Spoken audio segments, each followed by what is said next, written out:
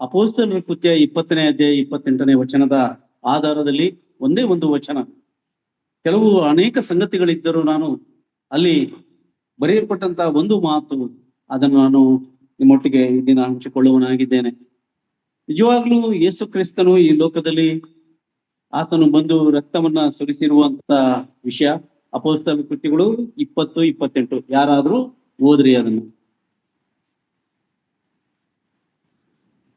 ದೇವರು ಸ್ವರಕ್ತದಿಂದ ಸಂಪಾದಿಸಿಕೊಂಡ ಸಭೆಯನ್ನು ಪರಿಪಾಲಿಸುವುದಕ್ಕಾಗಿ ಪವಿತ್ರಾತ್ಮನು ನಿಮ್ಮನ್ನೇ ಆ ಹಿಂಡಿನಲ್ಲಿ ಅಧ್ಯಕ್ಷರಾಗಿ ಇಟ್ಟಿರುವುದರಿಂದ ನಿಮ್ಮ ವಿಷಯದಲ್ಲಿಯೂ ಎಲ್ಲಾ ಹಿಂಡಿನ ವಿಷಯದಲ್ಲಿಯೂ ಎಚ್ಚರಿಕೆಯಾಗಿರಿ. ಯೇಸು ಕ್ರಿಸ್ತನ ರಕ್ತವು ಎಷ್ಟೋ ಅಮೂಲ್ಯವಾಗಿದೆ ಎಂಬ ವಿಚಾರವನ್ನು ನಾವು ನೆನಪು ಮಾಡಿಕೊಳ್ಳೋಣ ಪ್ರಿಯರೇ. ನಿಜವಾಗಿ ಈ ವಿಷಯದಲ್ಲಿ ನಿಮಗೆ ಬಹಳಷ್ಟು ವಿಷಯಗಳು ಗೊತ್ತಿದೆ. ಸಭಾಧ್ಯಕ್ಷನು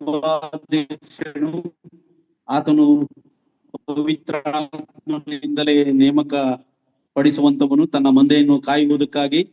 ಆದರೂ ಪವಿತ್ರಾತ್ಮನು ನೇಮಕ ಮಾಡಿದರೂ ಸಭಾ ಸದಸ್ಯರಿಂದ ಆತನು ಒಪ್ಪಿಗೆಯನ್ನ ಪಡೆಯಬೇಕಾಗುತ್ತದೆ ಪ್ರೇರೆ. ನನ್ನ ಉದ್ದೇಶ ಇಲ್ಲಿ ಇದೆ 20-28ರಲ್ಲಿ ಇಲ್ಲಿ ನಾವು ಓದುತ್ತಲೇ ಇರುವಂತ ವಿಷಯ, ದೇವರು ಸ್ವಾರ್ಥದಿಂದ ಸಂಪಾದಿಸಿಕೊಂಡ ಸಭೆ ಎಂಬುದಾಗಿ ಇದೆ. ದೇವರು ನಮ್ಮನ್ನು ಹೇಗೆ ಸಂಪಾದಿಸಿಕೊಂಡಿದ್ದಾನೆ?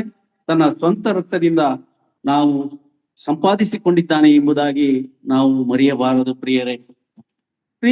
ಇದು ಆರಾಧನೆಗೆ ನಾನು ಬಳಸುವಂತಹ ವಾಕ್ಯ ಸಂದೇಶ, ಕೇವಲ 10-15 ನಿಮಿಷಗಳ ಒಂದು ವಿವರಣೆ. ಅದರಲ್ಲೂ ಸಹಿತ ಪೌಲನ ಮಾನಸಾಂತರದ ವಿಷಯದಲ್ಲೂ ಸಹಿತ ನಾನು ಮಾತಾಡುವನಾಗಿದ್ದೇನೆ ಪ್ರಿಯರೇ. ಯೇಸು ಕ್ರಿಸ್ತನು ರಕ್ತದಿಂದ ಕೊಂಡುಕೊಂಡಿದ್ದಾನೆ. ಈ ಲೋಕದಲ್ಲಿ ನಾವು ಏನಾದರೂ ಕೊಂಡುಕೊಳ್ಳುವುದಾದರೆ ಅಥವಾ ಕ್ರಯ ವಿಕ್ರಯಗಳನ್ನು ಮಾಡುವುದಾದರೆ ಅದಕ್ಕೆ ಬೆಲೆಯನ್ನ ಕೊಡಬೇಕಾಗಿರ್ತದೆ ಪ್ರಿಯರೇ. ನನ್ನ ಮಾತು ಸ್ಪಷ್ಟವಾಗಿ ಕೇಳ್ತಾ ಇದೆಯಲ್ಲ? ಕೇಳಿಸ್ತಿದೆ. ಓಕೆ.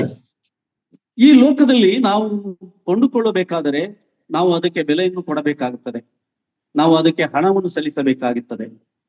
ನಾವು ಏನೇ ಕೊಂಡುಕೊಳ್ಳುವಾಗ ಹಣದಿಂದ ಬೆಲೆಯನ್ನು ಕಟ್ಟುವರಾಗಿದ್ದೇವೆ ಪ್ರಿಯರೇ. ನಾವು ಕ್ರಯ ಮತ್ತು ವಿಕ್ರಯಗಳಲ್ಲೂ ಸಹಿತ ನೋಡುವಾಗ ಅದಕ್ಕೆ ನಿಖರವಾದಂತಹ ಬೆಲೆಯನ್ನ ಕಟ್ಟಿ ಅದನ್ನು ಕೊಂಡುಕೊಳ್ಳುತ್ತೇವೆ, ಪಡೆದುಕೊಳ್ಳುತ್ತೇವೆ ಪ್ರಿಯರೇ. ಆದ್ರೆ ಆತ್ಮಿಕ ಲೋಕದಲ್ಲಿ ಅದಕ್ಕೆ ಬೆಲೆಯನ್ನು ಕಟ್ಟುವುದು ಯಾವುದರಿಂದ ಗೊತ್ತಾ? ಅದು ರಕ್ತದಿಂದ ಪ್ರಿಯರೇ. ಆತ್ಮಿಕ ಗೋಳದಲ್ಲಿ ಯೇಸು ಕ್ರಿಸ್ತನ ರಕ್ತದ ಮುಖಾಂತರ ಎಂದು ಬರೆಯಲ್ಪಟ್ಟಿದೆ ಪ್ರಿಯರೇ. 20-28ರಲ್ಲಿ ಯಾರು ರಕ್ತ ಕೊಟ್ಟಿದ್ದು?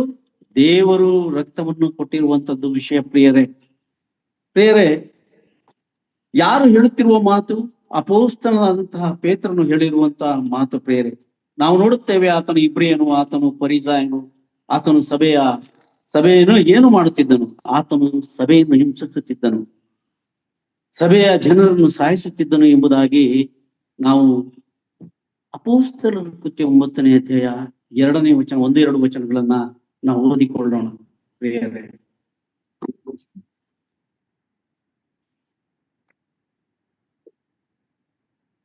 ಅಪೊಸ್ತಲರ ಕೃತ್ಯ 9ನೇ ಅಧ್ಯಾಯ 1-2. ಸೌಲನು ಇನ್ನು ಕರ್ತನ ಶಿಷ್ಯರ ಮೇಲೆ ರೌದ್ರನಾಗಿದ್ದು ಬೆದರಿಕೆಯ ಮಾತುಗಳನ್ನಾಡುತ್ತಾ ಅವರನ್ನು ಸಂಹರಿಸಬೇಕೆಂದು ಆಶೆ ಪಡುತ್ತಾ ಮಹಾಯಾಜಕನ ಬಳಿಗೆ ಹೋಗಿ, ಆ ಮಾರ್ಗವನ್ನು ಹಿಡಿದವರು ಯಾರಾದರೂ ಸಿಕ್ಕಿದರೆ ಅವರು ಗಂಡಸರಾದರೂ ಸರಿಯೇ ಹೆಂಗಸರಾದರೂ ಸರಿಯೇ ನಾನು ಅವರಿಗೆ ಬೇಡಿ ಹಾಕಿಸಿ ಯೆರೂಸಲೇಮಿಗೆ ತರುವಂತೆ ದಮಸ್ಕದಲ್ಲಿರುವ ಆಯಾ ಸಭಾ ಮಂದಿರದವರಿಗೆ ನೀನು ಕಾಗದವನ್ನು ಕೊಡಬೇಕು ಎಂದು ಅವನನ್ನು ಬೇಡಿಕೊಂಡನು.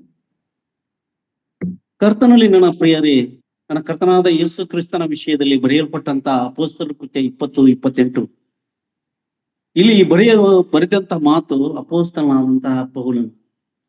ದೇವರು ಸ್ವರಕ್ತದಿಂದ ಸಂಪಾದಿಸಿಕೊಂಡ ಸಭೆ ಎಂಬುದಾಗಿ ಪ್ರಿಯರೇ.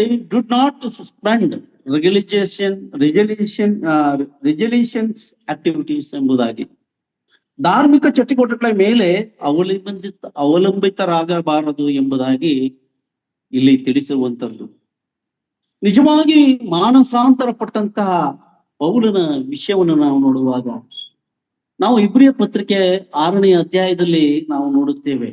ಬೇರೆ ನಾವು ಇಬ್ರಿಯ ಪತ್ರಿಕೆಯಲ್ಲಿ ನೋಡುವಾಗ 6ನೇ ಅಧ್ಯಾಯ 1ನೇ ವಚನದಲ್ಲೂ ಒಂದು ಮಾತು ಬರೆಯಲ್ಪಟ್ಟಿದೆ, ಓದಿಕೊಳ್ಳೋಣ. ಇಬ್ರಿಯ 6:1. ಆದದರಿಂದ ನಿರ್ಜೀವ ಕರ್ಮಗಳ ಮೇಲಿನ ನಂಬಿಕೆಯನ್ನು ಬಿಟ್ಟು ಬಿಟ್ಟು ದೇವರಲ್ಲಿಯೇ ನಂಬಿಕೆ ಇಡಬೇಕಾದದ್ದು. Thank you sister, thank you. ನಿರ್ಜೀವ ಕರ್ಮಗಳಿಂದ ಬಿಡಬೇಕು.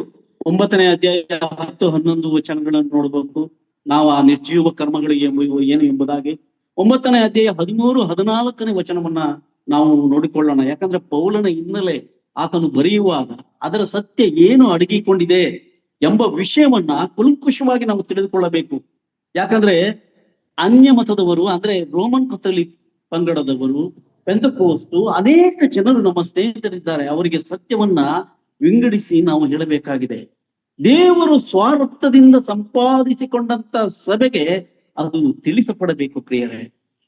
ಹಾಗಾಗಿ ನಾವು ಇಬ್ರಿಯ ಪತ್ರಿಕೆಗೆ 9ನೇ ಅಧ್ಯಾಯ 13, 14ನೇ ವಚನವನ್ನ ನಾವು ಓದಿಕೊಳ್ಳೋಣ.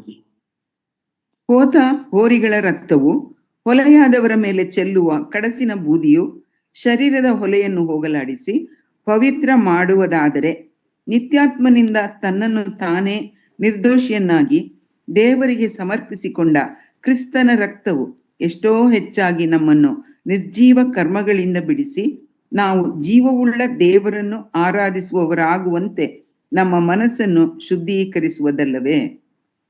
ದೇವರ ಸ್ತೋತ್ರವಾಗ್ಲಿ ವಾಕ್ಯವಾಗ್ಲಿಕ್ಕಾಗಿ. ಎಷ್ಟೋ ಧರ್ಮ ಆಚರಣೆ ನಾವು ನೋಡುತ್ತೇವೆ. ಯೆಶಾಯನು ಬರೀತಾನೆ ಆ ಧರ್ಮದ ವಿಷಯದಲ್ಲಿ, ಧರ್ಮದ ಕಾರ್ಯದ ವಿಷಯದಲ್ಲಿ. 64ನೇ ಅಧ್ಯಾಯ ಯೆಶಾಯನ ಗ್ರಂಥ 6ನೇ ವಚನದಲ್ಲಿ ಬಹಳ ಸ್ಪಷ್ಟವಾಗಿ ಬರೆಯಲ್ಪಟ್ಟಿದೆ. ಬೇರೆ ಆ ಧರ್ಮ ಎಂಥದ್ದು ಎಂಬುದಾಗಿ ಆತನು ತಿಳಿಸುವನಾಗಿದ್ದಾನೆ. ಬೇರೆ ಯಹೂದಿಗಳಿಗೂ, ಈ ಲೋಕದ ಅನ್ಯ ಜನರಿಗೂ, ಅನ್ಯ ಪಂಗಡದವರಿಗೂ ಕ್ರಿಸ್ತನನ್ನು ಹೊಂದಿಕೊಂಡಿದ್ದೇವೆ ಎಂಬ ಹೇಳುವಂತ ಅನೇಕ ಪಂಗಡಗಳಿಗೆ ಕ್ರಿಸ್ತನ ರಕ್ತದ ವಿಷಯದಲ್ಲಿ, ಮಹತ್ವದ ವಿಷಯದಲ್ಲಿ ತಿಳುವಳಿಕೆ ಬಹಳ ಕಡಿಮೆ. ಆದ್ರೆ ಧರ್ಮಶಾಸ್ತ್ರ ಅದನ್ನ ನಿಖರವಾಗಿ ತಿಳಿಯುವುದಕ್ಕಾಗಿ ದೇವರ ಆತ್ಮನು ನಮ್ಮನ್ನ ತನ್ನ ಧರ್ಮಶಾಸ್ತ್ರದಲ್ಲಿ ಬರೆಸಲ್ಪಟ್ಟದ್ದು. ಹಳೆ ಒಡಂಬಡಿಕೆ ಅದು ಧರ್ಮಶಾಸ್ತ್ರಕ್ಕೆ ಅಧೀನವಾದಂತ ಪುಸ್ತಕವಾಗಿದೆ.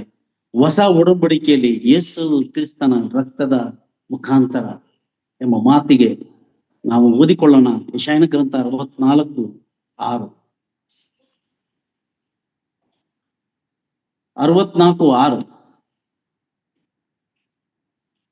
ನಾವೆಲ್ಲರೂ ಅಶುದ್ಧನ ಆಗಿದ್ದೇವೆ, ನಮ್ಮ ಧರ್ಮ ಕಾರ್ಯಗಳೆಲ್ಲ ಹೊಲೆಯ ಬಟ್ಟೆಯಂತಿದೆ. ನಾವೆಲ್ಲರೂ ತರಗೆಲೆಗಳ ಉಪಾದಿಯಲ್ಲಿ ಒಣಗಿ ಹೋಗಿದ್ದೇವೆ. ನಮ್ಮ ಅಪರಾಧಗಳು ಬಿರುಗಾಳಿಯ ಪ್ರಕಾರ ನಮ್ಮನ್ನು ಬಡಿದುಕೊಂಡು ಹೋಗಿವೆ. ಈಗ ನಿನ್ನ ಹೆಸರೆತ್ತಿ ಪ್ರಾರ್ಥಿಸಿ ನಿನ್ನನ್ನು ಆಶ್ರಯಿಸಲು ತ್ರಾಣ ತಂದುಕೊಳ್ಳುವವನು ಎಲ್ಲಿಯೂ ಇಲ್ಲ. ನೀನು ನಮಗೆ ವಿಮುಖನಾಗಿ ನಮ್ಮನ್ನು ನಮ್ಮ ಅಪರಾಧಗಳಿಗೆ ವಶ ಮಾಡಿದೆಯಲ್ಲ. ನಿರ್ಜೀವ ಕರ್ಮಗಳಿಂದ ಪಶ್ಚಾತ್ತಾಪ ಹೊರತು ಪಾಪದಿಂದಲ್ಲ ಪ್ರಿಯರೇ. ಪೌಲನ ಜೀವಿತ ಅದಾಗಿತ್ತು. ನಾನು ಈ ವಾಕ್ಯವನ್ನು ವಿವರಣೆ ಹೇಳುವುದಕ್ಕೆ ಮುಂಚೆ ಪೌಲನ ವಿಷಯದಲ್ಲಿ ಮಾತಾಡಿದ್ದೇವೆ. ನಾವು ಆತನನ್ನು ಮಾತಾಡಿದ್ದೇವೆ. ಪೌಲನ ನಿಜವಾದ ಉತ್ತಮವಾದಂತ ಉದಾಹರಣೆ ಏನು ಎಂಬುದಾಗಿ ನೋಡುವಾಗ, ಸುನ್ನತಿ ಆತನು ಸಂಸ್ಕಾರ ಕ್ರಿಯೆಗಳು, ಇಸ್ರಾಯೇಲ್ ಜನಾಂಗದ ಹಿನ್ನೆಲೆ ಆತನು, ಬೆಂಜಮಿನ್ ಕುಲ ಅದು ಕುಟುಂಬದ ಅಸ್ತು, ಪರಿಸಾಯನು ಸಭಾ ಪಂಗಡದ ಪರಿಸಾಯನು ಆತನು, ಪರಿಸಾಯನಲ್ಲಿ ಪರಿಸಾಯನು ಆತನ ತಂದೆ ಪರಿಸಾಯನು ಆಗಿದ್ದಾನೆ, ಬೆಂಜಮಿನ್ ಕುಲದವನು ಆಗಿದ್ದಾನೆ. ರೋಮ್ ಸಾಮ್ರಾಜ್ಯದ ಹಕ್ಕುದಾರನು, ಅದು ಜನ್ಮತ ಪಡೆದುಕೊಂಡು ಬಂದಂತ ಇವನು ಧರ್ಮವನ್ನ ಆಚರಿಸುವಂತ ವ್ಯಕ್ತಿಯಾಗಿದ್ದನು ಪ್ರಿಯರೇ. ಇವತ್ತು ಲೋಕದಲ್ಲಿ ಎಷ್ಟೋ ಜನರು ಧರ್ಮವನ್ನ ಆಚರಿಸಿ ಸತ್ಯವನ್ನ ತಿಳಿಯದೆ ಅಸತ್ಯದಲ್ಲಿ ನಿಂತುಕೊಂಡಂತ ಜನರು ಪ್ರಿಯರೇ. ಆ ಜನರಿಗೆ ಸಂದೇಶವನ್ನ ಹೇಳಬೇಕೆಂಬ ಹಂಬಲ ನನ್ನಲ್ಲಿದೆ.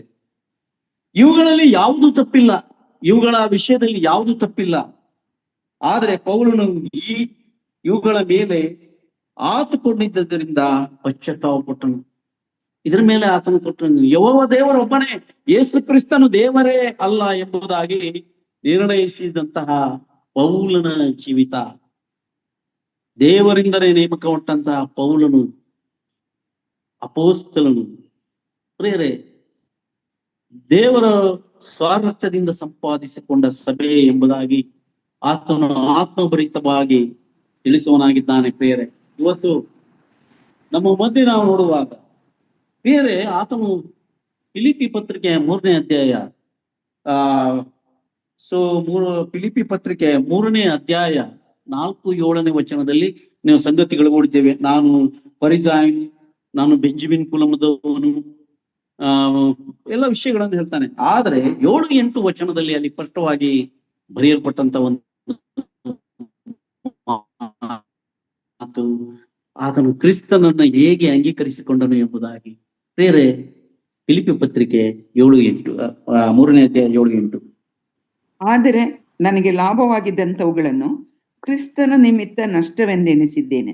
ಇಷ್ಟೇ ಅಲ್ಲದೆ ನನ್ನ ಕರ್ತನಾದ ಕ್ರಿಸ್ತ ಯೇಸುವನ್ನು ಅರಿಯುವುದೇ ಅತಿ ಶ್ರೇಷ್ಠವಾದದ್ದೆಂದು ತಿಳಿದು ನಾನು ಎಲ್ಲವನ್ನು ನಷ್ಟವೆಂದೆಣಿಸುತ್ತೇನೆ. ಆತನ ನಿಮಿತ್ತ ನಾನು ಎಲ್ಲವನ್ನು ಕಳಕೊಂಡು ಅದನ್ನು ಕಸವೆಂದೆಣಿಸುತ್ತೇನೆ. ಸ್ತೋತ್ರವಾಗಲಿ. ಯೆಹೋವ ದೇವರೇ ಅಲ್ಲದೆ ಯೇಸು ಕ್ರಿಸ್ತನು ದೇವರಿಲ್ಲ ಎಂದು ಹೇಳಿದಂತವನ ಮಾತು. ಯೆಹೋವ ದೇವರ ಆರಾಧಕನು ಯಹೂದಿ ಜನರು ತಮ್ಮ ಧರ್ಮಶಾಸ್ತ್ರವನ್ನು ಬಿಟ್ಟು ಯೇಸು ಕ್ರಿಸ್ತನನ್ನ ಹಿಂಬಾಲಿಸಿ ಯೇಸು ಕ್ರಿಸ್ತನನ್ನ ದೇವರೆಂದು ಅಂಗೀಕರಿಸಿ ಹೋದಂತ ಸಮಯದಲ್ಲಿ ಎಲ್ಲರನ್ನು ಕೊಲ್ಲುತ್ತಿದ್ದ ಪ್ರೇಯರ್. ಅಲ್ಲಿ 7ನೇ ವಚನದಲ್ಲಿ ಹೀಗೆ ಬರೆಯಲ್ಪಟ್ಟಿದೆ. ಏನು ಪಟ್ಟಿದೆ? ನಷ್ಟವೆಂದು ಎಣಿಸಿದ್ದೇನೆ. ಆತನ ವಿಷಯದಲ್ಲಿ ಬೇರೆ ಎಲ್ಲವೂ ನಷ್ಟ. ಬೇರೆ ನಾವು ವಿಮಾನ ಅಪಘಾತದಲ್ಲಿ ನಾವು 242 ಜನ ಸತ್ತು ಹೋದರು. ಬೇರೆ ಅವರಿಗೆ ಪರಿಹಾರವಾಗಿ 1 ಕೋಟಿ ರೂಪಾಯಿ ನೀಡಲಾಯಿತು. ಯಾರಿಗಾಗಿ? ಸತ್ತವರು ಅನುಭವಿಸುವುದಕ್ಕೆ ಸಾಧ್ಯವು? ಲೈಫ್ ಇನ್ಶೂರೆನ್ಸ್ ಮಾಡ್ತೇವೆ ನಾವು, ಸತ್ತು ಇನ್ನೊಬ್ರು ಚೆನ್ನಾಗಿರ್ಬೇಕು ಅಂತೇಳಿ. ಇಲ್ಲ ಪ್ರಿಯರೇ, ಎಲ್ಲವೂ ವ್ಯರ್ಥ. ಇಲ್ಲಿ ಆತನು ಹೇಳ್ತಾನೆ, ನಷ್ಟವೊಂದು ಎಣಿಸಿದ್ದೇನೆ. ಯಾರ ನಿಮಿತ್ತವಾಗಿ? ಕರ್ತನಾದ ಯೇಸು ಕ್ರಿಸ್ತನ ವಿಷಯವಾಗಿ, ಆ ದೇವರ ವಿಷಯವಾಗಿ.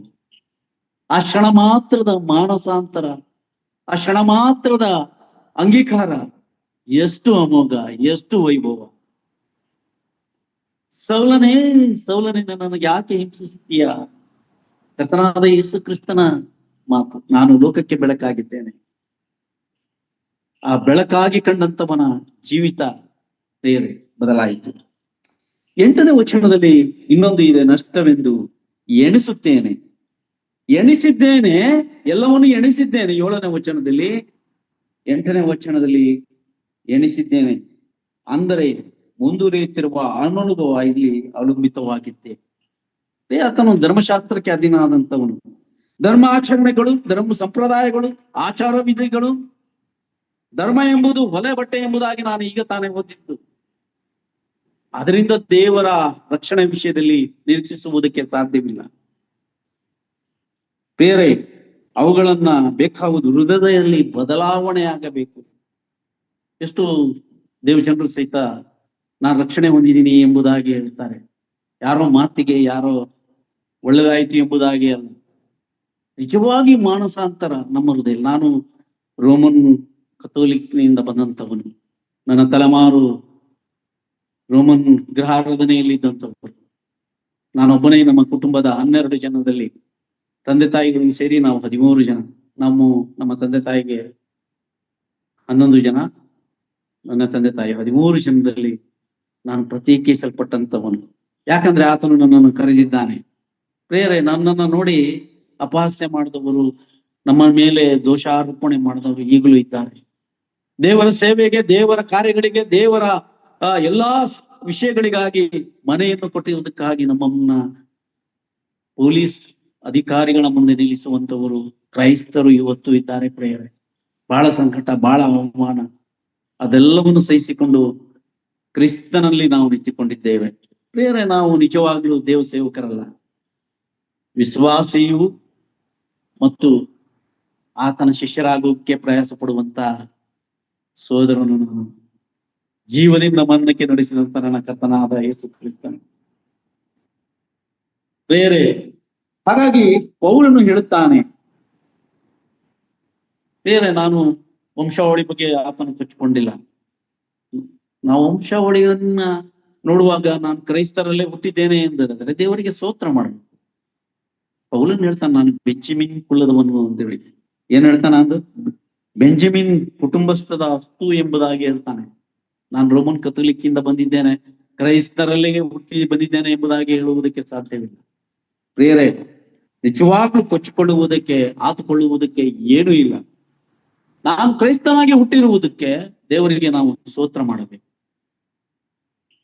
ಅಪೊಸ್ತಲನಾದಂತ ಪೌಲನು ಬಹಳ ಸ್ಪಷ್ಟವಾಗಿ ಆತನು ಬದಲಾದನು, ಮಾನಸಾಂತರ ಪಟ್ಟನು. ಅದು ಎಲ್ಲಿ? ಹೃದಯದಲ್ಲಿ, ಸಭೆಯಲ್ಲ, ದೇವಾಲಯದಲ್ಲ. ಬೇರೆ ಸಭೆಯಲ್ಲಿ ಮಾನಸಾಂತರ ಪಡುವಂಥದ್ದಲ್ಲ, ಅದು ಮನಸ್ಸಿನಲ್ಲಿ, ಅಂತರಂಗದಲ್ಲಿ ಅದು ಬದಲಾಗಬೇಕು. ನಾವು ಬಾಯಿಂದ ಅರಿಕೆ ಮಾಡ್ತೀವಿ, ನಮ್ಮ ಪಾಪಗಳಿಗಾಗಿ ಸತ್ತನು. 15:3 1 ಕೊರಿಂಥಿ ಧರ್ಮಶಾಸ್ತ್ರವನ್ನು ನೋಡುವಾಗ ಶಾಸ್ತ್ರದಲ್ಲಿ ಮುಂತಿಳಿಸಿರುವ ಪ್ರಕಾರ ಯೇಸು ಕ್ರಿಸ್ತನು ನಮ್ಮ ಪಾಪಗಳಿಗೆ ಸತ್ತನು, ಹೂಳಲ್ಪಟ್ಟನು, 3ನೇ ದಿನ ಎದ್ದು ಬಂದು, ಶಾಸ್ತ್ರದಲ್ಲಿ ಹೇಳಿರುವ ಪ್ರಕಾರ ಎದ್ದು ಬಂದನು ಎಂಬುದಾಗಿ ಬಾಯಿಂದ ಅರಿಕೆ ಮಾಡಿದಂತ ನಾವು ಮಾನಸಾಂತರ ಪಡುವರಾಗಿದ್ದೇವೆ. ನಾವು ಅಪೊಸ್ತಲರ ಕೃತ್ಯ 20:28 ಹೇಳ್ತೇವೆ, ಸಭಾ ಹಿರಿಯನು, ಸಭಾ ಅಧ್ಯಕ್ಷನು ಪವಿತ್ರಾತ್ಮನಿಂದ ನೇಮಕವಾಗಬೇಕು. ಎಷ್ಟೋ ಸೇವಕರು ನಾವು ಸ್ವಂತ ಸೇವಕರೆಂದು ಪ್ರಕಟಿಸಿಕೊಳ್ತಾರೆ, ಹಚ್ಚಿಕೊಳ್ಳುತ್ತಾರೆ.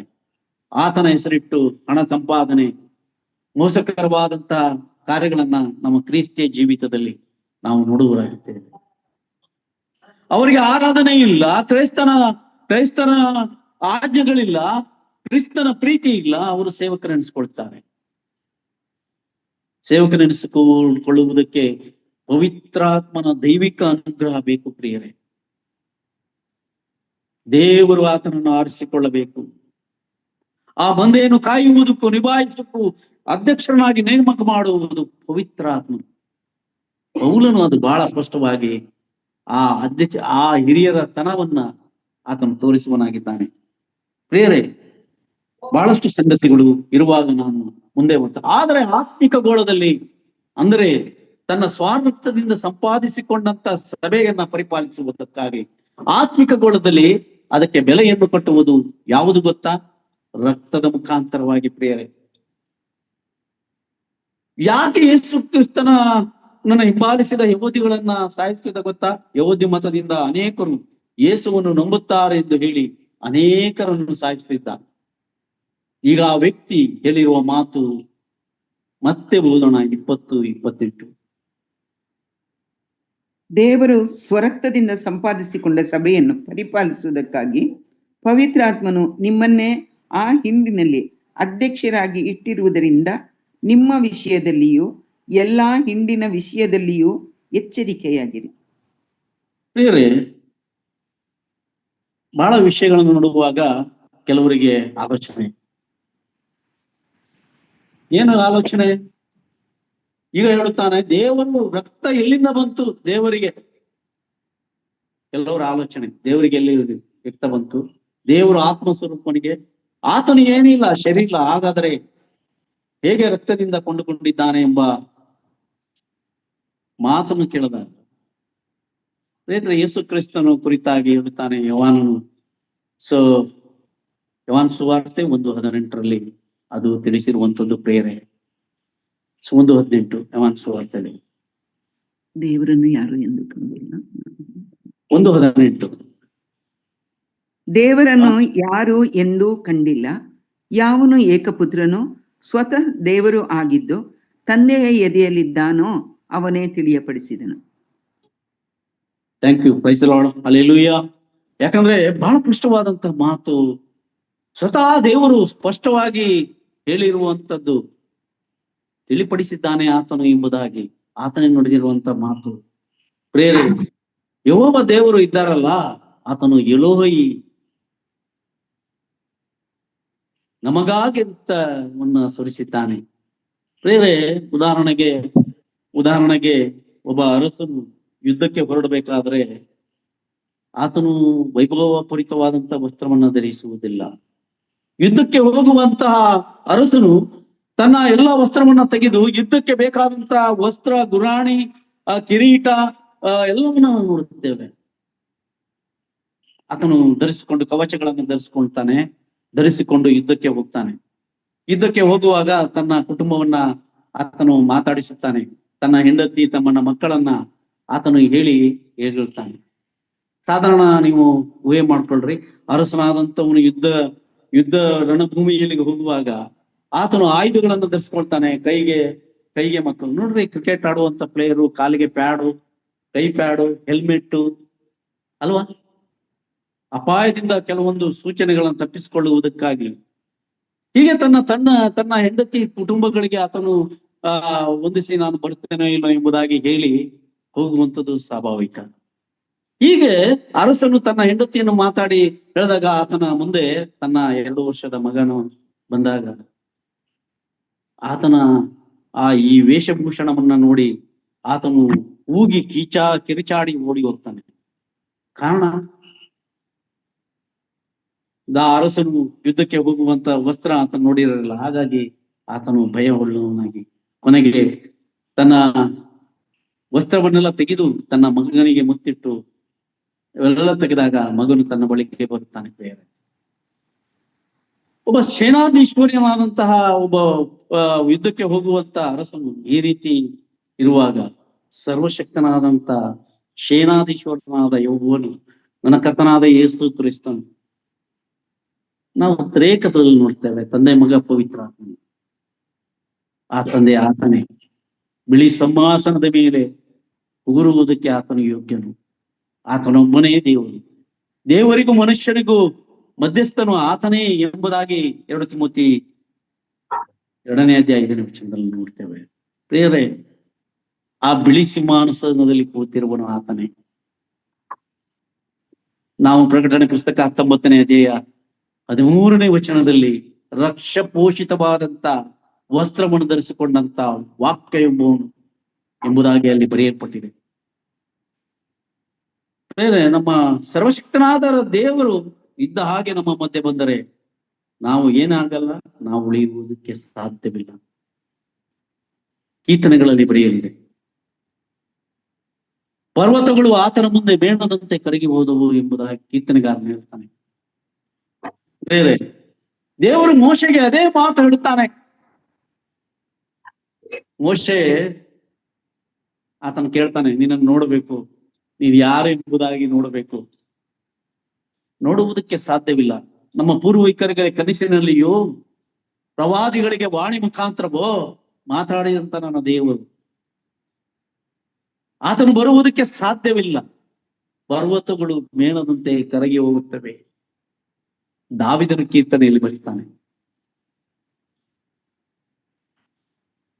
ಪ್ರೇರೆ, ನನ್ನ ಸರ್ವಶಕ್ತನಾದಂತ ದೇವರು ಆತನು ಯಾವಾಗಿದ್ದಾನೆ ಎಂಬುದಾಗಿ ನಾವು ಓದಿಕೊಳ್ಳೋಣ. ವಿಮೋಚನ ಕಾಂಡ 33ನೇ ಅಧ್ಯಾಯಕ್ಕೆ ಹೋಗೋಣ. ಪ್ರಿಯರೇ, ಅಲ್ಲಿ ಹೇಳಿರುವಂತ ಮಾತು ವಿಮೋಚನ ಕಾಂಡ 33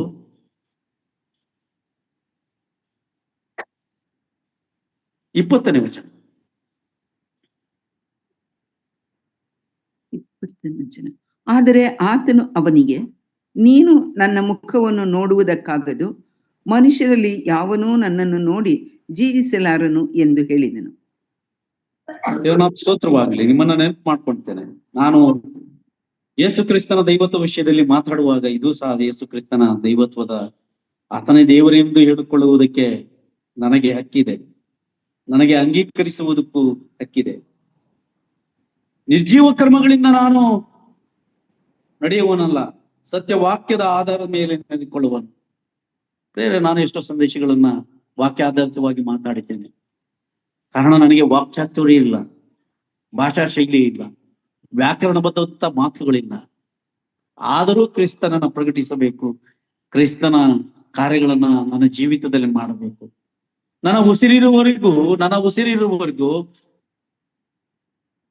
150ನೇ ಕೀರ್ತನೆ ಸಮಾಪ್ತಿಯ ವಚನ. ಶ್ವಾಸ ಇರುವುದೆಲ್ಲವೂ ಯೆಹೋವನಿಗೆ ಸ್ತೋತ್ರ ಮಾಡಲಿ. ನಾನು ಶ್ವಾಸವನ್ನು ಕಳ್ಕೊಂಡವನು, ಹೃದಯದ ವೈಫಲ್ಯದಿಂದ ಹೃದಯ ಚಿಕಿತ್ಸೆ ಪಡೆದುಕೊಂಡು ಬಂದಂತವನು. ನಿಮ್ಮ ಮುಂದೆ ನಿಂತಿದ್ದೇನೆ, ಅದು ನನಗೆ ಪುನರ್ಜೀವಿತ ಈ ಲೋಕಯಾತ್ರೆಯಲ್ಲಿ. ಆತನ ವಾಕ್ಯವನ್ನ ಹೇಳುವುದಕ್ಕೂ, ಪ್ರೀತಿಸುವುದಕ್ಕೂ, ಅಂಗೀಕರಿಸುವುದಕ್ಕೂ. ಪ್ರಿಯರೇ, ಇನ್ನೊಮ್ಮೆ ನಾವು 33:20 ಓದಿಕೊಳ್ಳೋಣ. ಸಿಸ್ಟರ್, ಇನ್ನೊಮ್ಮೆ ನೀವು ಓದ್ರಿ. ಬಹಳ ನಿಮ್ಮ ಬಗ್ಗೆ ನಮಗೆ ಬಹಳ ಅಭಿಮಾನ ಇದೆ. ಕ್ರೈಸ್ತನು ನಿಮಗೆ ವರವನ್ನು ಕೊಟ್ಟಿದ್ದಾನೆ. ಓದ್ರಿ 33ನೇ ಅಧ್ಯಾಯ 20ನೇ ವಚನ. ಆದರೆ ಆತನು ಅವನಿಗೆ, ನೀನು ನನ್ನ ಮುಖವನ್ನು ನೋಡುವುದಕ್ಕಾಗದು, ಮನುಷ್ಯರಲ್ಲಿ ಯಾವನೂ ನನ್ನನ್ನು ನೋಡಿ ಜೀವಿಸಲಾರನು ಎಂದು ಹೇಳಿದನು.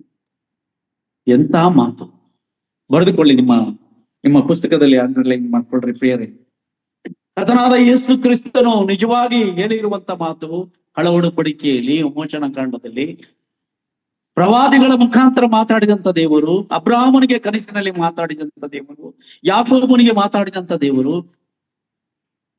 ನಮ್ಮ ಪಿತೃಗಳ ಸಂಗಡ ಮಾತಾಡಿದಂತ ದೇವರು, ಮನುಷ್ಯನು ನನ್ನನ್ನು ನೋಡಿ ಜೀವಿಸಲು ಆಗದು, ಬದುಕುವುದಕ್ಕಾಗುವುದಿಲ್ಲ.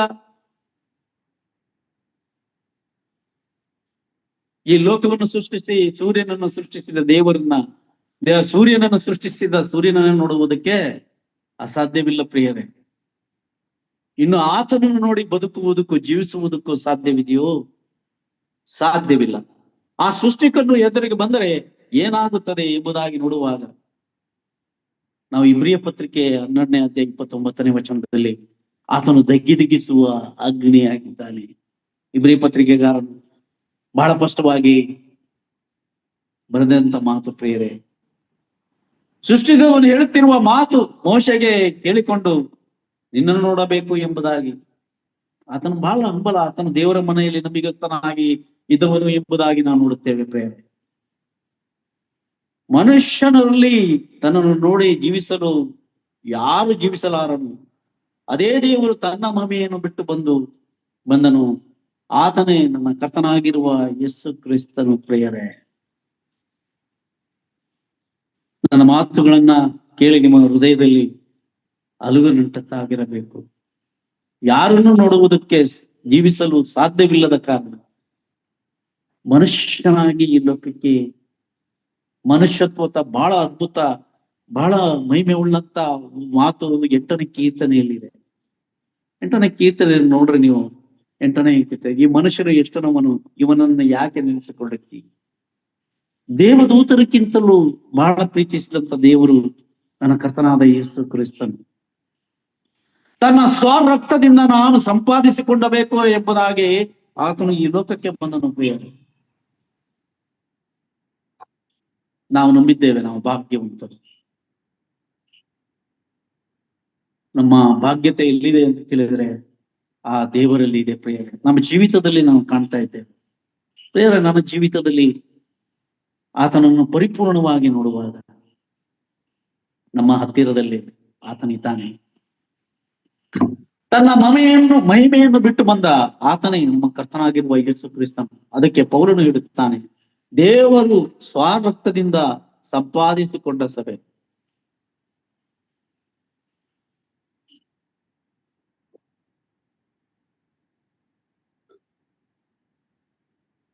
ಸ್ವರಕ್ತದಿಂದ ಸಂಪಾದಿಸಿಕೊಂಡ ಸಭೆ ಎಂಬುದಾಗಿ ಅದನ್ನು ನಾವು ನೆನಪು ಮಾಡಿಕೊಳ್ಳಬೇಕು. ಇನ್ನು ಅನೇಕ ವಿಷಯಗಳಿದೆ. ಮತ್ತಾಯನ ಬರೆದ ಸುವಾರ್ತೆ 16ನೇ ಅಧ್ಯಾಯ 18ನೇ ವಚನದಲ್ಲಿ ನಾವು ಹೀಗೆ ನೋಡುತ್ತೇವೆ ಪ್ರಿಯರೇ.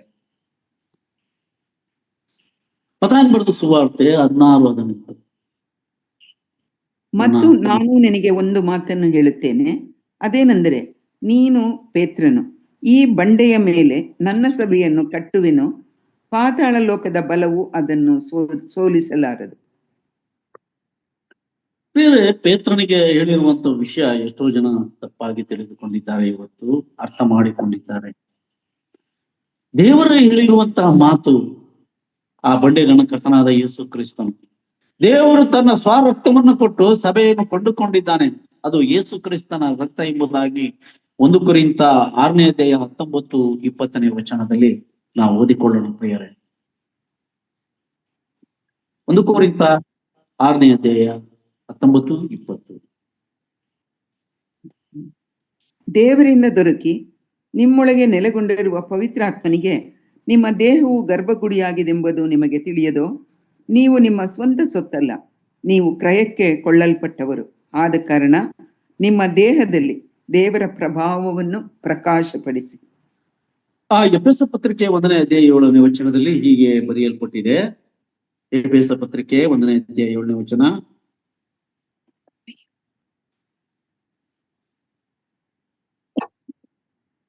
ಈತನು ನಮಗೋಸ್ಕರ ತನ್ನ ರಕ್ತವನ್ನು ಒದಿಸಿದ ಈತನು ನಮಗೋಸ್ಕರ ತನ್ನ ರಕ್ತವನ್ನು ಸುರಿಸಿದ್ದರಿಂದ ನಮ್ಮ ಅಪರಾಧಗಳು ಪರಿಹಾರವಾಗಿ ನಮಗೆ ಬಿಡುಗಡೆಯಾಯಿತು. ದೇವನಾಮ ಸ್ತೋತ್ರ. ಅದೇ ರೀತಿ 1 ಪೇತ್ರ 18, 19 ಓದಿಕೊಳ್ಳೋಣ. 1 ಪೇತ್ರ 1ನೇ ಅಧ್ಯಾಯ 18, 19. ನಿಮ್ಮ ಹಿರಿಯರು ಕಲಿಸಿಕೊಟ್ಟ ವ್ಯರ್ಥವಾದ ನಡವಳಿಕೆಯಿಂದ ನಿಮಗೆ ಬಿಡುಗಡೆಯಾದದ್ದು ಬೆಳ್ಳಿ ಬಂಗಾರ ಮೊದಲಾದ ನಶಿಸಿ ಹೋಗುವ ವಸ್ತುಗಳಿಂದಲ್ಲ, ಪೂರ್ಣಾಂಗವಾದ ನಿಷ್ಕಳಂಕ ಯಜ್ಞದ ಕುರಿಯ ರಕ್ತದಿಂದಲೋ ಎಂಬಂತೆ ಕ್ರಿಸ್ತನ ಅಮೂಲ್ಯವಾದ ರಕ್ತದಿಂದಲೇ ಎಂದು ಬಲ್ಲಿರಲ್ಲವೇ? ನಮ್ಮ ಹಿರಿಯರು ಹೇಳಿಕೊಟ್ಟ ವ್ಯರ್ಥವಾದ ನಡವಳಿಕೆ ಅಲ್ಲ. ನಾವು ರೋಮನ್ ಕತ್ತಲಿಕ್, ನಾವು ವಿಗ್ರಹ ಆರಾಧಕರು. ವಿಗ್ರಹಗಳ ಮುಂದೆ ನಾವು ಅಡ್ಡ ಬೀಳುವಂತವ್ರು, ವಿಗ್ರಹಗಳ ಮುಂದೆ ನಾವು ಬೇಡುವಂತವ್ರು. ಅನ್ಯರು ವಿಗ್ರಹಗಳ ಮುಂದೆ ಹೇಗೆ ಬೇಡ್ಕೊಳ್ತಾರೆ, ಕಷ್ಟಗಳನ್ನು ಹೇಳ್ಕೊಳ್ತಾರೆ, ಕಣ್ಣೀರು ಸುರಿಸ್ತಾರೆ, ಕಷ್ಟವನ್ನು ಹೇಳ್ಕೊಳ್ತಾರೆ. ಮರದ ಮುಂದೆ ಹೋಗಿ ಅವರು ಏನ್ ಮಾಡ್ತಾರೆ? ಕಷ್ಟವನ್ನು ಹೇಳ್ಕೊಳ್ತಾರೆ. ಇಲ್ಲ ಪ್ರಿಯರೇ, ಜೀವ ಸ್ವರೂಪನಾದ ನನ್ನ ಕರ್ತನಾದ ಯೇಸು ಕ್ರಿಸ್ತನು ನಮ್ಮ ಹಿರಿಯರು ವ್ಯಕ್ತವಾದ ನಡವಳಿಕೆಗಳಿಂದ ನಮಗೆ ಬಿಡುಗಡೆಯಾದದ್ದಲ್ಲ, ಬೆಳ್ಳಿ ಬಂಗಾರಗಳಿಂದ ನಶಿಸಿ ಹೋಗುವ ವಸ್ತುಗಳಿಂದಲ್ಲ, ಪೂರ್ಣಾಂಗವುಳ್ಳ ನಿಷ್ಕಳಂಕವಾದ ಯಜ್ಞದ ಕುರಿಯ ರಕ್ತದಿಂದಲೋ ಎಂಬಂತೆ ಯೇಸು ಕ್ರಿಸ್ತನ ರಕ್ತದಿಂದಲೇ ಎಂದು ನೀವು ಬಲ್ಲಿರಲ್ಲವೇ? ಓದಿ ಸಿಸ್ಟರ್ 1 ಪೇತ್ರ 18, 19 ಇನ್ನೊಮ್ಮೆ. ನಿಮ್ಮ ಹಿರಿಯರು ಕಲಿಸಿಕೊಟ್ಟ ವ್ಯರ್ಥವಾದ ನಡವಳಿಕೆಯಿಂದ ನಿಮಗೆ ಬಿಡುಗಡೆಯಾದದ್ದು ಬೆಳ್ಳಿ ಬಂಗಾರ ಮೊದಲಾದ ನಶಿಸಿ ಹೋಗುವ ವಸ್ತುಗಳಿಂದಲ್ಲ, ಪೂರ್ಣಾಂಗವಾದ ನಿಷ್ಕಳಂಕ ಯಜ್ಞದ ಕುರಿಯ ರಕ್ತದಿಂದಲೋ ಎಂಬಂತೆ ಕ್ರಿಸ್ತನ ಅಮೂಲ್ಯವಾದ ರಕ್ತದಿಂದಲೇ ಎಂದು ಬಲ್ಲಿರಲ್ಲವೇ? ಆತನು ಜಗದುತ್ಪತ್ತಿಗೆ ಮೊದಲೇ ಗೊತ್ತು ಮಾಡಲ್ಪಟ್ಟು ಅಂತ್ಯಕಾಲದಲ್ಲಿ ನಿಮಗಾಗಿ ಪ್ರತ್ಯಕ್ಷನಾದನು. ಈ ಲೋಕಕ್ಕೆ ಮನುಷ್ಯನಾಗಿ, ದರಿದ್ರನಾಗಿ, ಆತನು ಆಳಾಗಿ, ದಾಸನಾಗಿ, ಒಟ್ಟಿಗೆಯಲ್ಲಿ ಜನಿಸಲ್ಪಟ್ಟವನು. ಎಂತಹ ದೇವರು! ಅದ್ಭುತ ಸ್ವರೂಪನಾದನು ಆತ, ಆಲೋಚನಕರ್ತನಾದಂತ ದೇವರು. ನನ್ನ ನಿನ್ನ ಕಷ್ಟಕ್ಕಾಗಿ, ನನ್ನ ನಿನ್ನ ಕಣ್ಣೀರಿಗಾಗಿ, ಆತನೊಟ್ಟಿಗೆ ಸೇರುವುದಕ್ಕಾಗಿ, ಆತನಲ್ಲಿ ಆಶ್ರಯಿಸಿಕೊಳ್ಳುವುದಕ್ಕಾಗಿ ಈ ಲೋಕಕ್ಕೆ ಬಂದನು. ಪ್ರಿಯರೇ, ಎಷ್ಟೋ ಜನರನ್ನ ಕರ್ತನಾದ ಯೇಸು ಕ್ರಿಸ್ತನನ್ನ ಅವಮಾನ ಪಡಿಸುವವರಾಗಿದ್ದಾರೆ. ಆತನ ಹೆಸರಿನಲ್ಲಿ ಮೋಸ ಮಾಡಲು ಇದ್ದಾರೆ. ಫ್ರಾಡ್, ಸತ್ಯವನ್ನು ತಿಳಿಯದೆ ಅಸತ್ಯವನ್ನ ನುಡಿಯುವಂತವರು ನಮ್ಮ ಮಧ್ಯೆ ಇದ್ದಾರೆ. ಆತನ ರಕ್ತದ ಮುಖಾಂತರವಾಗಿ ನಮಗೆ ಬಿಡುಗಡೆಯಾದದ್ದು. ನನ್ನ ತಂದೆ ತಾಯಿಗಳು ಮಾಡುವಂತ ವಿಗ್ರಹ ಆರಾಧನೆ ಅಲ್ಲ. ಆ ವಿಗ್ರಹಗಳ ಮುಂದೆ ನಮ್ಮನ್ನ ಉಪ್ಪು ಹಾಕಿ ಮೊಣಕಾಲು ಮುರಿಸುವಂತ ನನ್ನ ತಂದೆ ತಾಯಿಗಳು. ಪಾಪ ಅವರಿಗೆ ಸತ್ಯ ತಿಳಿಯಲಿಲ್ಲ. ಕಾರಣ, ಸತ್ಯ ಹೇಳುವರಿಲ್ಲ. ದೇವರನ್ನ ಬಿಟ್ಟು ಸ್ತ್ರೀಯನ್ನು ಪೂಜಿಸುವಂತ ಜನಾಂಗ ಇವತ್ತಿಗೂ ಇದೆ. ಆತನ ಸ್ವರಕ್ತದಿಂದ ಸಂಪಾದಿಸಿಕೊಂಡಂತ ಸಭೆಯನ್ನ ಪರಿಪಾಲಿಸುವುದಕ್ಕಾಗಿ. ಬೇರೆ ಆ ರಕ್ತ ಪರಿಶುದ್ಧವಾದಂತಹ ರಕ್ತ. ಆತನ ಶರೀರದ ಮುಖಾಂತರವಾಗಿ, ಆತನ ರಕ್ತದ ಮೂಲಕವಾಗಿ ನಾವು ಇಬ್ರಿಯ ಪತ್ರಿಕೆ 10ನೇ ಅಧ್ಯಾಯ 19, 20 ಬಹಳ ಸ್ಪಷ್ಟವಾಗಿ ಬರೆಯಲ್ಪಟ್ಟಿದೆ ಮಾತು. ನನ್ನ ಸಮಯ ಮುಗಿತ ಬಂತು. 2 ಮಾತುಗಳನ್ನು ಹೇಳಿ. ಇಬ್ರಿಯ ಪತ್ರಿಕೆ 10, 19, 20. ಹೀಗಿರುವಲ್ಲಿ ಸಹೋದರರೇ, ಯೇಸು ನಮಗೋಸ್ಕರ ಪ್ರತಿಷ್ಠಿಸಿದ ಜೀವವುಳ್ಳ ಹೊಸ ದಾರಿಯಲ್ಲಿ ಆತನ ರಕ್ತದ ಮೂಲಕ ಆತನ ಶರೀರವೆಂಬ ತೆರೆಯ ಮುಖಾಂತರ ದೇವರ ಸಮಕ್ಷಮದಲ್ಲಿ ಪ್ರವೇಶಿಸುವುದಕ್ಕೆ ನಮಗೆ ಧೈರ್ಯ ಉಂಟಾಯಿತು. ದೇವರ ಮನೆಯ ಮೇಲೆ ಅಧಿಕಾರಿಯಾಗಿರುವ ಶ್ರೇಷ್ಠನಾದ ಯಾಜಕನು ನಮಗಿದ್ದಾನೆ. ಹೀಗಿರುವಲ್ಲಿ ಸೋದರರೇ, ಆತನ ರಕ್ತದ ಮುಖಾಂತರ, ಶರೀರ ಎಂಬ ತೆರೆಯ ಮುಖಾಂತರ, ಮತ್ತಾಯನ ಬರೆದ ಸುವಾರ್ತೆ 26ನೇ ಅಧ್ಯಾಯ 50ನೇ ವಚನದಲ್ಲಿ 50, 51, 27, 51 ನೋಡುತ್ತೇವೆ. ದೇವಾಲಯದ ತೆರೆಯು ಅದು ಹರಿಯಲ್ಪಟ್ಟು ಹೋತ ಹೋರಿಗಳ ರಕ್ತದಿಂದಲ್ಲ ನಮಗೆ ಬಿಡುಗಡೆ ಆದದ್ದು. ಪರಿಶುದ್ಧನಾದಂತ ದೇವರ ರಕ್ತ, ಆತನು ಪರಿಶುದ್ಧನು. ರಕ್ತದಾರ ಇಲ್ಲದೆ ಪಾಪ ಪರಿಹಾರವಿಲ್ಲ ಎಂಬ ಮಾತು ಅದು ಸತ್ಯಕ್ಕಾಗಿದೆ. 9:22 ಇಬ್ರಿಯ ಪತ್ರಿಕೆಗಾರನು ಹೇಳ್ತಾನೆ, ಆ ನನ್ನ ಕರ್ತನಾದ ಯೇಸು ಕ್ರಿಸ್ತನು ಸ್ವರಕ್ತದಿಂದ ಸಂಪಾದಿಸಿಕೊಂಡಂತ ಸಭೆ, ಅದನ್ನ ಪರಿಪಾಲಿಸುವುದಕ್ಕಾಗಿ ಸಭಾ ಹಿರಿಯರನ್ನ ಪವಿತ್ರ ಆತ್ಮನ ಇಟ್ಟಿದ್ದಾನೆ. ಪ್ರಿಯವೇ, ವ್ಯರ್ಥವಾದ ನಡವಳಿಕೆಯಿಂದಲ್ಲ, ಬೆಳ್ಳಿ ಬಂಗಾರಗಳಿಂದ ನಶಿಸಿ ಹೋಗುವಂತ ವಸ್ತುಗಳಿಂದಲ್ಲ, ಪೂರ್ಣಾಂಗವುಳ್ಳ ನಿಷ್ಕಳಂಕವಾದಂತ ಯಜ್ಞದ ಕುರಿಯ ರಕ್ತದಿಂದಲೋ ಎಂಬಂತೆ ಆ ಯಜ್ಞದ ಕುರಿ ನನ್ನ ಕರ್ತನಾದ ಯೇಸು ಕ್ರಿಸ್ತನು ಈ ಲೋಕಕ್ಕೆ ಮನುಷ್ಯನಾಗಿ ಈ ಲೋಕವನ್ನು ಬಿಟ್ಟು ಹೋದನು. ಪ್ರಿಯವೇ, ನಾವು ನಂಬುವವರಾಗಿ ಆತನ ವಾಕ್ಯದ ಮೇಲೆ ನಂಬಿಕೆ ಇಟ್ಟವರಾಗಿ ನಮ್ಮ ಸಭಾ ಜೀವಿತದಲ್ಲಿ, ನಮ್ಮ ಜೀವಿತದ ಕೊನೆಯವರೆಗೂ ಆತನ ಮೇಲೆ ನಂಬಿಕೆ ಇಡಬೇಕು. ಹೃದಯದಲ್ಲಿ ಮಾನಸಾಂತರ, ನಿಜವಾದ ಮಾನಸಾಂತರ ಅಪೋಸ್ತಲನಾದ ಪೌಲನು ಪಟ್ಟನು. ಪ್ರಿಯರೇ, ತನ್ನ ಧರ್ಮವನ್ನ ಅವನತಿ ಆಗುತ್ತದೆ, ಅಭಿಮಾನ ಆತನಿಗೆ. ಧರ್ಮಾಭಿಮಾನಿಗಳು ಬಹಳಷ್ಟು ಲೋಕದಲ್ಲಿ ಇದ್ದಾರೆ. ಇವತ್ತು ನಮ್ಮ ಧರ್ಮ ಇಂಥದ್ದು ಅಂತ ಹೇಳಿಕೊಳ್ಳುವಂತದ್ದು ಈ ಲೋಕಕ್ಕೆ ಮತ್ತೆ ಬರುತ್ತೇನೆ ಎಂಬುದಾಗಿ ಆತನ ಹೇಳಿ ಹೋದಂಥದ್ದು 20, 21, 22, 12, 13ನೇ ವಚನದಲ್ಲಿ ನಾನು ಮತ್ತೆ ಬರುತ್ತೇನೆ, ನಾನು ಬೇಗನೆ ಬರುತ್ತೇನೆ. ನನ್ನ ಕರ್ತನಾದ ಯೇಸು ಕ್ರಿಸ್ತನ ಮಾತುಗಳು ಸತ್ಯವಾಕ್ಯದಲ್ಲಿ ನಮಗೆ ತಿಳಿಪಡಿಸಿದೆ. ಪ್ರಿಯರೇ, ಈ ಧರ್ಮಶಾಸ್ತ್ರವು ಪರಲೋಕದಲ್ಲಿ ಸ್ಥಾಪಿಸಲ್ಪಟ್ಟಿದೆ ಎಂಬುದಾಗಿ ನಿಜವಾಗ್ಲೂ 119ನೇ ಕೀರ್ತನೆ 89ನೇ ವಚನದಲ್ಲಿ ನಾನು ಸ್ವಲ್ಪ ಮಟ್ಟಿಗೆ ಕಲಿತಿದ್ದೇನೆ. ಅಪಾರವಾದ ನಂಬಿಕೆ ನನ್ನ ಜೀವಿತದಲ್ಲಿ ಆತನಿಟ್ಟಿದ್ದಾನೆ. ನಾನು ಕೇಡಾಗಿದಳು ಪ್ರಿಯರ, ನನ್ನ ಜೀವಿತದಲ್ಲಿ ದೊಡ್ಡ ಸಾಕ್ಷಿ ನನ್ನ ಕರ್ತನಾದ ಯೇಸು ಕ್ರಿಸ್ತನು. ಆತನೇ ನಿಜವಾದಂತ ದೇವರು, ಆತನೇ ಸರ್ವಶಕ್ತನಾದಂತ ದೇವರು. ಎಷ್ಟು ಪಾಪ, ಎಷ್ಟು ಹಿಂಸೆ, ನಿಮ್ಮ ಪಾಪಗಳಿಗೆ ಸರಿಯಾಗಿ ಆತನು ದಂಡಿಸಲಿಲ್ಲ. ತಂದೆಯು ಕನಿಕರಿಸುವಂತೆ ಆತನು ನಿಮ್ಮನ್ನು ಕರೆಸುತ್ತಾನೆ. 103ನೇ ಕೀರ್ತನೆ 10ನೇ ವಚನದಲ್ಲಿ ನಮ್ಮ ಪಾಪಗಳಿಗೆ ಆತನು ಸರಿಯಾಗಿ ದಂಡಿಸಲಿಲ್ಲ. ಪ್ರೇರೆ, ಇದು ಸತ್ಯವಾದಂತ ಮಾತು. ನಾನು ಘೋರವಾದಂತ ಪಾಪಿ. ಆತನು ಮಾನಸಾಂತರ ಪಟ್ಟು ಆತನ ಮುಂದೆ ಬರುವುದಕ್ಕೆ ಆತನ ಸ್ವರಕ್ತದಿಂದ ಸಂಪಾದಿಸಿಕೊಂಡ ಸಭೆ, ಆ ಸಭೆಯಲ್ಲಿ ನಾವಿದ್ದೇವೆ. ಅದು ಸತ್ಯದ ಸಭೆ, ದೇವರ ಆತ್ಮನು ನಿರ್ಮಿಸಿದ ಸಭೆ, ದೇವ ಜನರನ್ನ ಆ ಸಭೆಗೆ ಕರೆತರುವಂತ ಸಭೆ, ವಸನಗರ ಸಭೆ. ನನ್ನ ಕರ್ತನಾದ ಯೇಸು ಕ್ರಿಸ್ತನು ಆ ಸಭೆಗಾಗಿ ತನ್ನ ಪ್ರಾಣವನ್ನೇ ಕೊಟ್ಟಿದ್ದಾನೆ. ಆ ರಕ್ತದಿಂದ, ತನ್ನ ಸ್ವರಕ್ತದಿಂದ ಸಂಪಾದಿಸಿಕೊಂಡಂತ ಸಭೆ, ಆತ್ಮಸ್ವರೂಪನಾದಂತ ದೇವರು ಈ ಲೋಕಕ್ಕೆ ಬಂದನು. ಪ್ರಿಯರೇ, ಈ ವಾಕ್ಯ ಸಂದೇಶವನ್ನ ಕೇಳಿದಂತ ನಿಮ್ಮೆಲ್ಲರಿಗೂ ನನ್ನ ಹೃದಯಪೂರ್ವಕವಾದಂತ ವಂದನೆಗಳು. 19 ಕುಟುಂಬಗಳಿವೆ. ನನ್ನ ಕರ್ತನಾದ ಯೇಸು ಕ್ರಿಸ್ತನನ್ನ ಬಲವಾಗಿಯೂ ಆತನನ್ನ ಆಶ್ರಯಿಸಿಕೊಳ್ಳ್ರಿ. ಹಾಗಾಗಿ ಈ ಸಂದೇಶಕ್ಕಾಗಿ ನನಗೆ ದೇವರ ಆತ್ಮನು ಬಹಳ ಬಲವನ್ನು ಕೊಟ್ಟಿದ್ದಾನೆ. ಆತನನ್ನು ದೃಷ್ಟಿಸಿ ಲಜ್ಜೆಗಿಡುವ ಆಗುವುದಿಲ್ಲ ಎಂಬುದಾಗಿ ಬರೆಯಲ್ಪಟ್ಟಿದೆ. ಆತನನ್ನು ದೃಷ್ಟಿಸುವವರು ಲಜ್ಜೆಗೆ ಈಡಾಗುವುದಿಲ್ಲ, ನಾಚಿಕೆಗೆ ಈಡಾಗುವುದಿಲ್ಲ.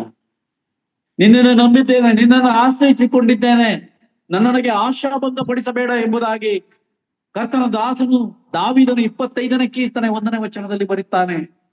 ಭರವಸೆ ಇಡ್ರಿ, ನಂಬಿಕೆ ಇಡ್ರಿ. ಅದು ನನ್ನ ಕರ್ತನಾದ ಯೇಸು ಕ್ರಿಸ್ತನ ಮಾತು ನಿಮ್ಮೆಲ್ಲರ ಮುಂದೆ ಹೇಳಿಕೊಳ್ಳುವಂತ ಕೃಪೆ ಕೊಟ್ಟಿದ್ದಕ್ಕಾಗಿ ದೇವರಿಗೆ ಕೋಟಿ ಕೋಟಿ ಸ್ತೋತ್ರ. ಹೇಳಿದಂತ ನಿಮ್ಮೆಲ್ಲರಿಗೂ ಈ ಅಲ್ಪನು ಗಣನಿಗೆ ಬಾರದನು, ಯಾವ ಯೋಗ್ಯತೆ ಇಲ್ಲದಂತ ನನ್ನ ಸಂದೇಶವನ್ನು ಕೇಳುವಂತ ನಿಮ್ಮೆಲ್ಲರಿಗೂ ಹೃದಯಪೂರ್ವಕವಾದ ವಂದನೆಗಳು.